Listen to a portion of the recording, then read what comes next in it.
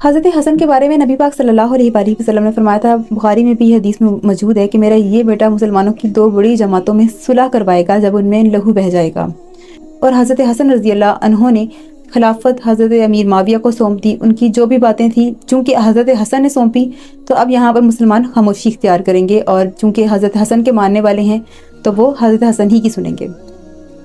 मामला यहाँ पर शुरू होता है जब हज़रत अमीर माविया की वफ़ात होती है। उससे पहले पहले एक खुशामदी टोला आप कह लें, जो आजकल भी आपको मिल जाता है, कि वो कहते हैं कि बस हम दुनिया में किसी तरह अच्छे बन जाएं, लेकिन सिर्फ दुनिया में, दुनिया की हद तक उनको अच्छा बनने की जो है बड़ी अशद ख्वाहिश होती है। उन्होंने हज़रत अमीर माविया को कहा कि यजीद आपका बेटा है, आप उसको खिलाफत सौंप दें, वो बहादुर भी है और समझदार भी है, मामला फ़हम भी है। ये सिर्फ एक खुशामद कर रहे थे वो। हज़रत अमीर माविया ने यजीद को बुलाया और कहा कि तुम 3 लोगों से बैत लेना, अगर तो वो तुम्हारी बैत कर दें तो ठीक है, नहीं तो खामोशी इख्तियार करना, फिर खिलाफत का ना सोचना। वो 3 लोग हज़रत इमाम हुसैन रज़ी अल्लाह अन्हु, हज़रत अब्दुल्ला बिन ज़ुबैर रज़ी अल्लाह अन्हु। हज़रत अब्दुल्ला बिन ज़ुबैर वो हैं जो हज़रत ज़ुबैर बिन अवाम के बेटे हैं, अशरा मुबशरा सहाबी हैं हज़रत ज़ुबैर बिन अवाम। इसके बाद हज़रत अब्दुल्ला बिन अब्बास जो उम्मत के पहले मुफस्सिर हैं कुरान पाक की। ये 3 लोगों से इनका नाम लिया गया, इनसे बैत लेनी थी। यहाँ पे हज़रत हुसैन रज़ी अल्लाह अन्हु मस्जिद नबवी में 5 वक्त की इमामत करवाते थे। इसी तरह एक दिन इशा की नमाज की इमामत करवा रहे थे और तीनों साथी बैठे हुए थे कि इतने में उस वक्त का गवर्नर का भेजा हुआ एक शख्स आया। उस वक्त मदीना में वलीद नामी शख्स गवर्नर था। उसको शख्स आया, उसने कहा कि आपको गवर्नर हाउस बुलाया जा रहा है।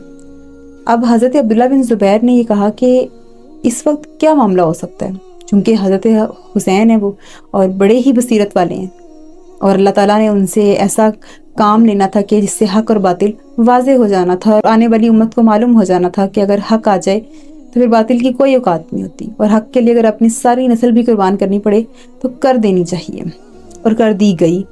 हज़रत इमाम हुसैन ने फरमाया कि मुझे समझ आ गई है कि अमीर माविया वफ़ात पा गए हैं और अब हमें बैत के लिए बुलाया जा रहा है। दोनों साथियों ने कहा कि अगर आप इस वक्त जाते हैं और आपसे बैत के लिए ज़िद करेंगे तो ये वक्त मुनासिब नहीं है। हज़रत हुसैन ने कहा कि मैं फिर भी उनसे जाकर मिलूँगा। हज़रत अब्दुल्ला बिन ज़ुबैर, हज़रत अब्दुल्ला बिन अब्बास ने कहा कि आपके पीछे कुछ लोग होंगे, तकरीबन 15 लोग होंगे जो तलवारें और नेज़े लिए होंगे। आप जब अंदर जाएँ और अगर कोई बात नागवार गुजरे तो आप कोई भी बात ऊँची आवाज़ में कर दीजिए, पीछे से आ जाएंगे। हज़रत हुसैन ने पहले तो कहा कि मुझे ज़रूरत नहीं है, लेकिन साथियों के इसरार पर चल दिए, गवर्नर हाउस पहुँचे। अब वहाँ पर वलीद बैठा हुआ था जिसने ये सारा मामला रखा कि आपको बैत करनी है।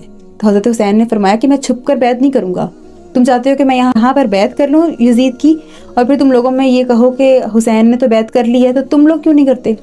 उसी तरह मामला तय पाएगा जिस तरह पहले पाया जाता था, जुम्मे की नमाज के बाद मुसलमानों को इकट्ठा किया जाए, उनके सामने तमाम मामला होंगे। जो हज़रत अबू बकर सिद्दीक़ रज़ी अल्लाह अन्हु का तरीका है, हज़रत उमर फारूक रज़ी अल्लाह अन्हु के तरीके पे हुआ, हज़रत उस्मान गनी, हज़रत अली रज़ी अल्लाह अन्हु के तरीके पर हुआ।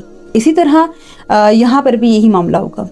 अब चूंकि वलीद अहले बैत के लिए नरम गोशा रखता था, उसने कहा कि आप मुझे माफ़ कर दीजिए, मैंने बस आपको बताया है जो मुझे हुक्म मिला था, बाकी आप जैसे मुनासिब समझे। अब वहाँ पर ना एक बदबख्त शख्स बैठा हुआ था, अब्दुल मलिक बिन मरवान। तारीख में अगर कोई लोग बदबख्त हुए हैं तो वो फिर टॉप के बदबख्त रहे हैं, और इनमें से ये भी एक था। उसने वलीद के कान में जाके कहा कि अगर आज हज़रत हुसैन को तुमने छोड़ दिया तो मामला बिगड़ जाएगा और फिर दोबारा कभी बैत नहीं हो सकेगी। हज़रत हुसैन ने जब देखा तो उससे कहा कि इब्ने मरजाना, जो बात है हुसैन से करो, उसके कान में ना कहो। तो उसने कहा कि अगर आप बैत नहीं करते तो फिर जंग के लिए तैयार रहें, सोच लें, लेकिन ये बात याद रखिएगा, अगर आपने मुसलमानों को इकट्ठा किया, और जिस तरह आप कह रहे हैं कि जब जुम्मे के वक्त लोगों को इकट्ठा किया जाए और फिर बैत ली जाए, तो अगर ऐसा हुआ तो फिर खून बहेगा, आप जंग के लिए तैयार रहें। हज़रत हुसैन वापस आते हैं अपने साथियों से, ये सारा मामला डिस्कस किया जाता है। दोनों साथी ये मशवरा देते हैं, हज़रत अब्दुल्ला बिन ज़ुबैर, हज़रत अब्दुल्ला बिन अब्बास, कि हम मक्का से, इराक़ से, कूफा से मुसलमानों को इकट्ठा करेंगे और मुशावरत करेंगे। तो हज़रत हुसैन ने फरमाया कि वो तो पहले ही जंग के लिए तैयार बैठे हैं, अगर हमने मुसलमानों को बुलाया तो मदीना की गलियों में खून बहेगा। और मुझे मालूम है कि मेरे नाना ने फरमाया था कि एक मेंढे की वजह से मदीना की गलियों में खून बहेगा, तो मैं ये नहीं बनना चाहता कि मेरी वजह से मदीना की गलियों में खून बहे, मैं मदीना ही छोड़ जाऊंगा। और ये कितना मुश्किल फ़ैसला था कि जहां आप हमेशा रही हों, अपना घर छोड़ना कोई आसान काम है। कभी खुद पे रख के सोचिएगा कि दीन की खातिर तो हमें एक मोबाइल की वीडियो ना छोड़ें, आप घर कहाँ छोड़ेंगे। बहरहाल हज़रत हुसैन جاتے ہیں جنت البقیع میں پیچھے کھڑے ہوتے ہیں اور نانا کے روزے کو آخری مرتبہ دیکھ رہے ہوتے ہیں. نانا تیرے کرم کے خزینے کی خیر ہو، میں جا رہا ہوں تیرے مدینے کی خیر ہو.